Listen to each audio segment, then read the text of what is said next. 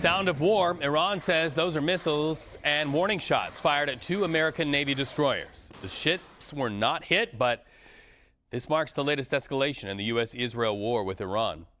Comes also after President Trump's new plan to guide ships safely through the Strait of Hormuz. The U.S. military says hundreds of ships from nations around the world are lining up right now for their chance to cross the strait with the help of U.S. military forces. Now, meanwhile, the U.S. was not the only target yesterday. Get this, for the first time since the ceasefire went into effect, Iran shot missiles and drones at the United Arab Emirates.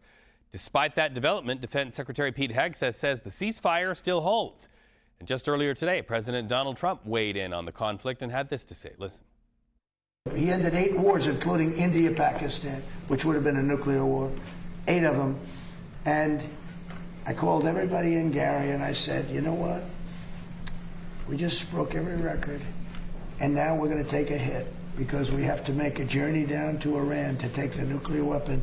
They would have had a nuclear weapon within 2 weeks. Remember, we sent that beautiful B-2 bomber in, and we blew up their nuclear potential. It was obliterated, for those that are not aware, and to a point where it would take them weeks to dig down, and we wouldn't let them dig down. We have our eyes on it all the time.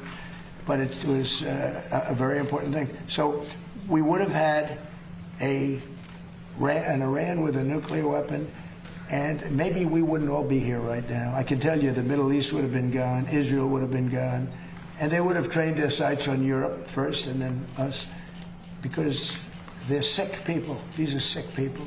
And we're not going to let lunatics have a nuclear weapon.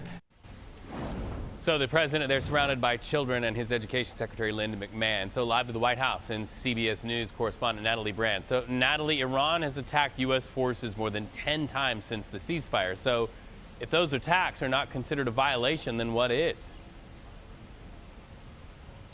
That remains the question, Reed, and the president was asked directly what would constitute a ceasefire violation, and he did not answer directly, but rather said, you know, you'll find out. Iran knows what not to do.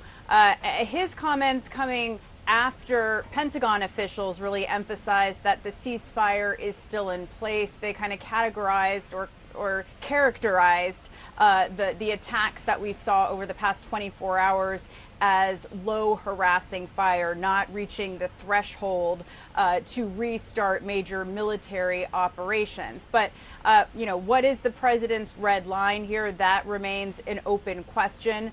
The president, during that Oval Office appearance, also seeming to try to reassure commercial ships that are lining up to try to pass through the Strait of Hormuz now that this new effort by the United States military, Project Freedom, is underway to try to create this secure zone for the ships. And the president not giving much of an update on negotiations and where they stand, but still arguing that Iran wants to make a deal badly, despite the continued public posturing that we see and hear from Iranian officials. And he tried to, you know, argue that things in the Strait of Hormuz are under control. Reed.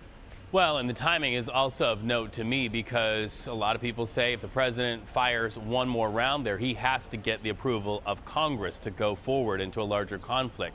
Let's talk about the boats there in the Strait. Those aren't just boats. They're carrying oil and other goods that people need. Are they making it through the Strait?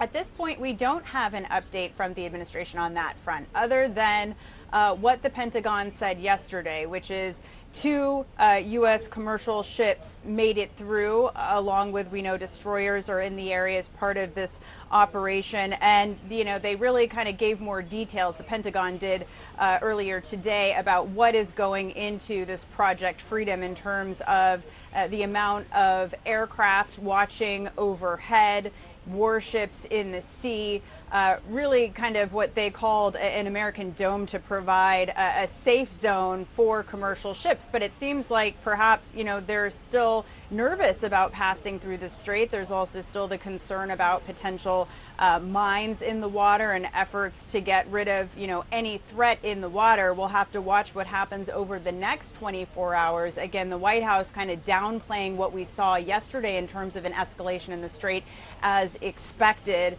as they try to, launch this new effort to help commerce start moving through and address some of, as you know, Reed, the economic concerns. Natalie Brand from the White House, thank you so much. Good to talk to you. Let's now have a conversation with CBS News Pentagon reporter Eleanor Watson. So, Ellie, Defense Secretary Pete Hegseth also says the ceasefire continues to hold. So what did he say would be considered a violation?